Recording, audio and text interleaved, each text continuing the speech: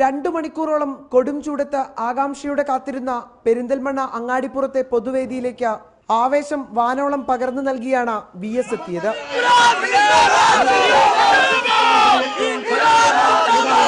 പിന്നെ വിവാദ വിഷയങ്ങളിൽ അധികം സ്പർശിക്കാതെ എതിർ സ്ഥാനാർത്ഥികൾക്കെതിരായ വിമർശനം. UDF നിർത്തിയിരിക്കുന്ന സ്ഥാനാർത്ഥി ആള് ചില്ലറക്കാരനൊന്നുമല്ലെന്നാണ് ലീഗുകാർ പറയുന്നത്. പണ്ട് കുറ്റിപ്പുറത്ത് മത്സരിച്ച കാലത്ത് അദ്ദേഹം പുലിയാണെന്നായിരുന്നു പ്രചരണം. അവസാനം പുലിയെ നമ്മൾ കൂട്ടിലാക്കുകയായിരുന്നു. ഐസ്ക്രീം പാർലർ കേസുമായി ബന്ധപ്പെട്ട വിചാരണ നേരിടുന്നയാളാണ് UDFുകാർ പുലിയെന്ന് വിശേഷിപ്പിക്കുന്ന മലപ്പുറത്തെ UDF സ്ഥാനാർത്ഥി.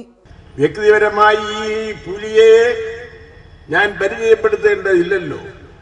ഐസ്ക്രീം പാർലർ കേസുമായി ബന്ധപ്പെട്ട് കോഴിക്കോട് മജിസ്ട്രേറ്റ് കോടതിയിൽ വിചാരണ നടക്കുകയാണ്. അമ്മപെങ്ങന്മാർ ഇരിക്കുന്ന സദസ്സിൽ അതേക്കുറിച്ച് ഞാൻ ഒന്നും പറയുന്നില്ല. ഉപതെരഞ്ഞെടുപ്പ് ഫലം സംസ്ഥാന കേന്ദ്ര ഭരണത്തിന്റെ വിലയിരുത്തലാകണമെന്നും VS കൂട്ടിച്ചേർത്തു. സംസ്ഥാന ഭരണത്തിന്റെ വിലയിരുത്തലും കേന്ദ്ര ഭരണത്തിന്റെ വിലയിരുത്തലും നിങ്ങൾ നടത്തണം. ഇന്നും നാളെയുമായി 5ഓളം തെരഞ്ഞെടുപ്പ് യോഗങ്ങളിൽ VS പങ്കെടുക്കുന്നുണ്ട്. റിപ്പോർട്ടർ, മലപ്പുറം.